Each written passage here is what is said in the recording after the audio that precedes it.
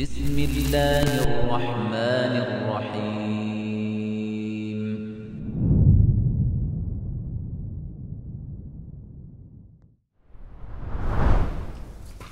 Donc lorsque les gens venaient pour le Hajj, le Nabi sallallahu alayhi wa sallam allait les voir pour leur demander qui serait en mesure de pouvoir l'accepter, le protéger. D'où les Ansar, al-Medina, qui ont été les premiers à remplir cette mission. D'où le fait qu'il y a eu la promesse, et par la suite, pour faire la hijra, ils avaient où se rendre.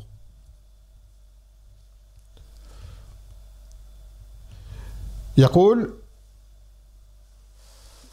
donc il cherchait une personne qui le protège. Car Quraysh faisait obstacle à sa da'wah. D'accord? Et ça, c'est min sunnatillah azza wa jal fi anbiya'ihi, qui seront pris en ennemis et qui plus est par leur propre peuple. C'est pour ça que on répète tout le temps aux frères et aux sœurs, notamment en France, de cesser de se plaindre et de vouloir combattre ce qu'ils appellent l'islamophobie. C'est un combat qui est inutile. Et ce n'est pas un combat que Allah nous a demandé de mener. Et ce qu'ils appellent l'islamophobie, c'est tout simplement un fait qui est tout à fait normal dans le fait que celui qui est croyant aura des ennemis devant lui. Il n'y a aucun texte qui te dit qu'il faut que les koufars les t'aiment. Ils ne t'aimeront pas. Donc ça sert à rien de pleurer, oui, ils ne nous aiment pas, islamophobie, ils ne t'aiment pas. Et Allah dans le Coran te dit qu'ils ne t'aimeront pas. Tant que tu ne seras pas comme eux. Donc ça ne sert à rien de vouloir mettre en place des choses que Allah dit qu'elles n'arriveront pas. Allah accorde que les koufars, ils vont te combattre, ils ne vont pas t'aimer. Certains, ils vont te combattre par les armes, certains par la parole, certains par l'injustice. Car les koufars de base sont injustes. Donc ça ne sert à rien de pleurer pour une chose que tu as été averti, elle va t'arriver. D'accord?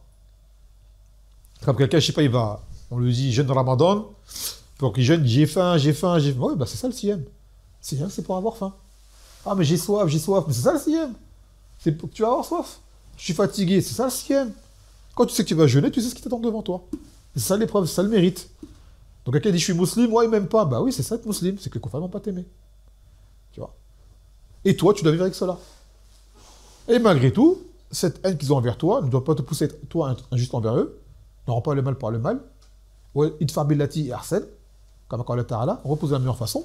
Et ton combat à toi, c'est quoi? Déjà en premier lieu, al-istiqama fi nafsik, te préserver toi et ta famille.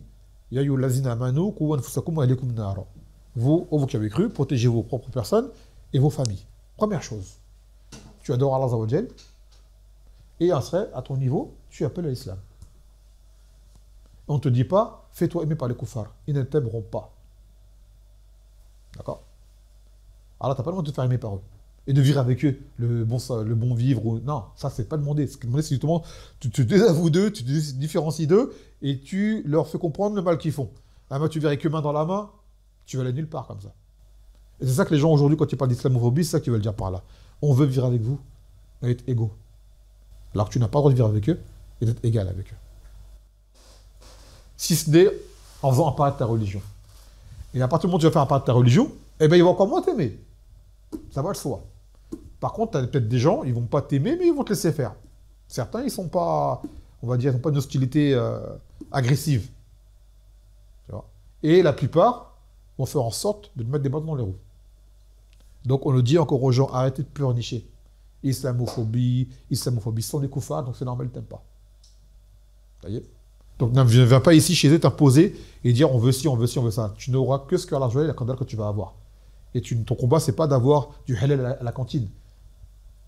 À la base, tu n'as pas été dans leur école. Ton combat, c'est pas d'avoir le hijab pour aller faire du foot.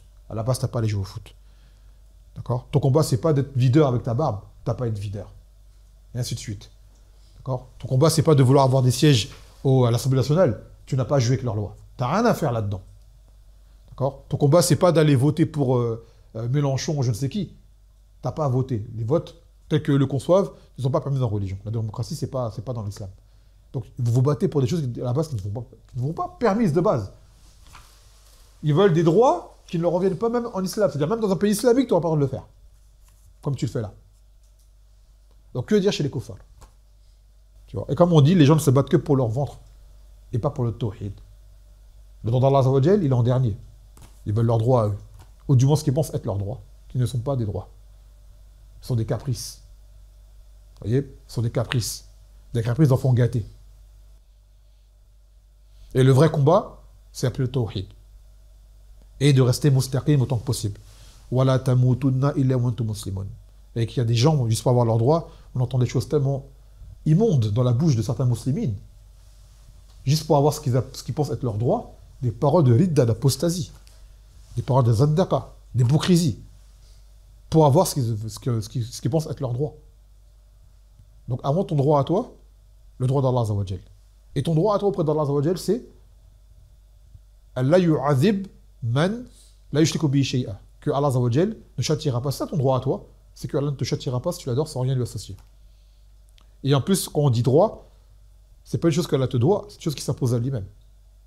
Par rahma pour toi. Et ensuite, ce que tu peux avoir qui t'est correct et qui ne transcende pas la religion, prends-le.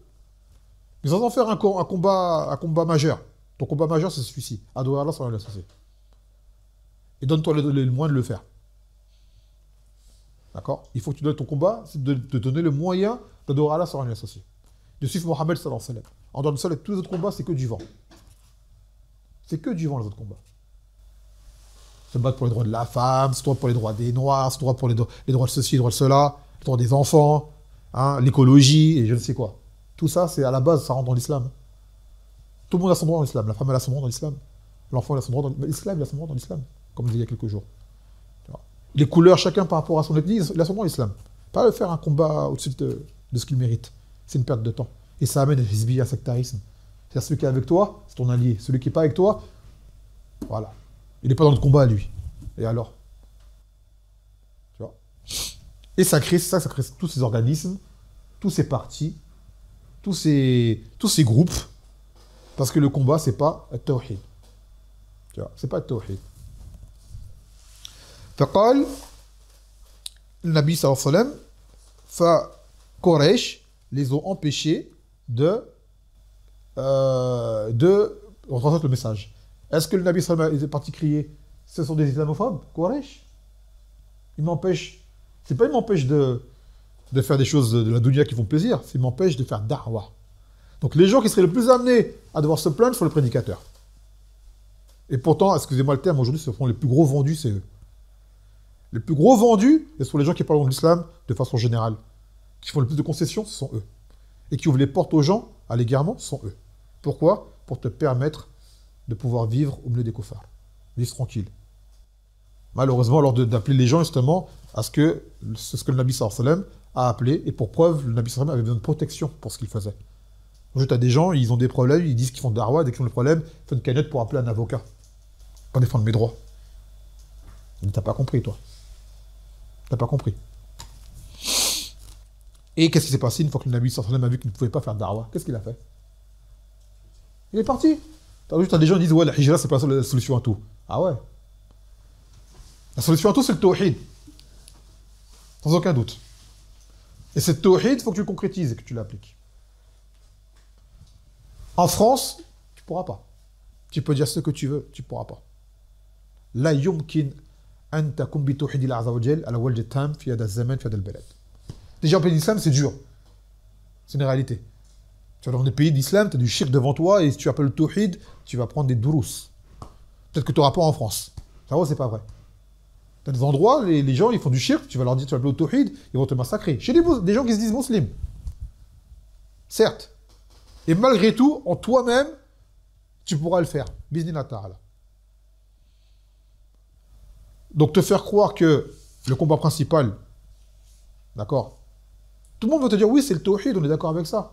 Et c'est quoi les moyens qui mènent à pouvoir appliquer le tawhid et y appeler? En France, t'en as pas. T'en as pas en France. C'est une réalité, t'en as pas. Donc qu'est-ce que tu fais à ce moment-là? Bah tu pars. Dès que tu peux partir, tu pars. Donc quand on t'entend ce blabla, ouais, que c'est pas la solution à tous les problèmes, tu vois. En tout cas, on dit que c'est la solution au plus gros des problèmes. Si elle ne résout pas 100% des problèmes, et c'est vrai, elle va en résoudre peut-être, allez, 80% pour celui qui est en pays de coufre. Bismillah ta'ala. Après, tu auras d'autres problèmes, hein, certes. On ne te dit pas que tu fais la hijra, khalas, tu as gagné, tu n'auras qu'une vie tranquille. Non, tu seras encore plus éprouvé par la suite.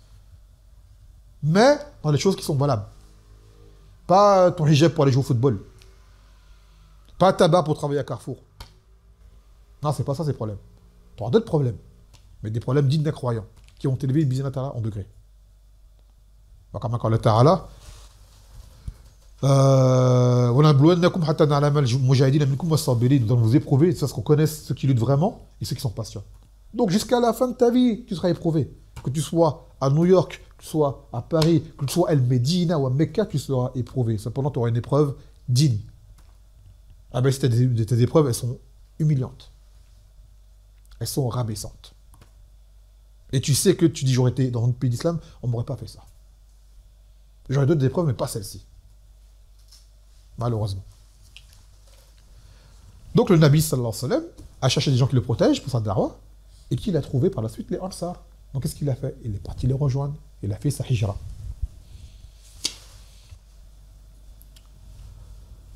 Et le shahid, il dit que Quraysh mana'ouni an ubalir kalam rabbi. Que Quraysh m'ont empêché de retransmettre la parole de mon Seigneur. Hada wa shahid.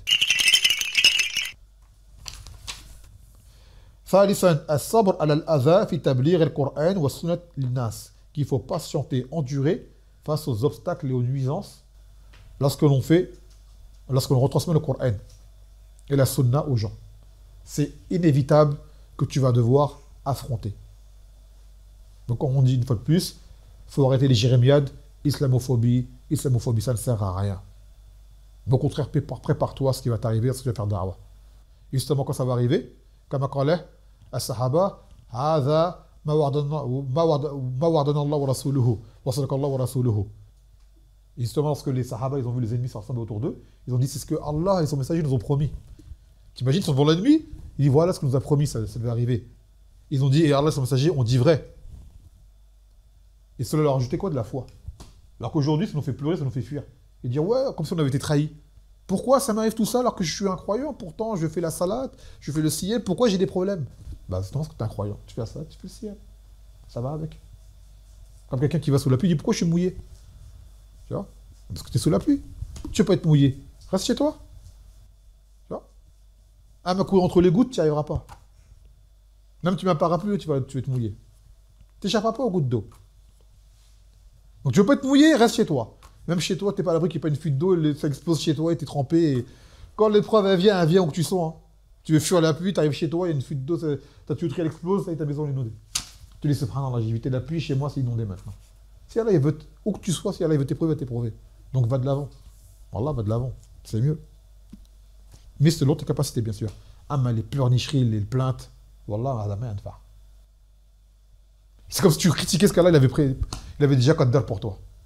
Ces gens s'en rendent compte, ils arrivent à ça. Hein. C'est comme si tu disais que pourquoi Allah il a Qaddar qu'en croyant en lui, j'aurai des problèmes. En fait, tu n'es pas content. Tu contestes. Tu vois? Et ça, c'est très très grave. On répète aux gens, le Jannah n'est pas gratuit. Hein.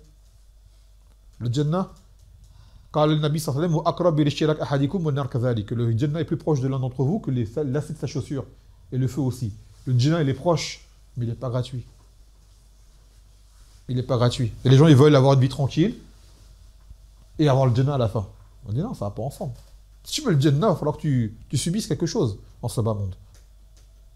Le Jannah, c'est pas là, tu as la belle vie, d'accord? Tout est planifié, tout va bien, tout est garanti, tout est sécurisé, et à la fin, tu meurs et tu rentres au Jannah en plus. Ah, la vie, elle est belle, mais elle n'est pas comme ça. Et tu as juste à voir comment ont vécu les prophètes, et tu sauras ce qui t'attend. Et comment ont vécu ceux qui étaient avec eux, et que les gens dont Allah a fait les éloges, et tu sauras ce qui t'attend, de base. Mais quand les gens vivent dans autre chose, ils vivent dans l'artificiel et dans le fictif, et ce qu'il y a à la télé sur les réseaux, oui, ils ne comprennent pas. Malheureusement. Et ça, c'est le djel, car les gens sont éloignés de la religion.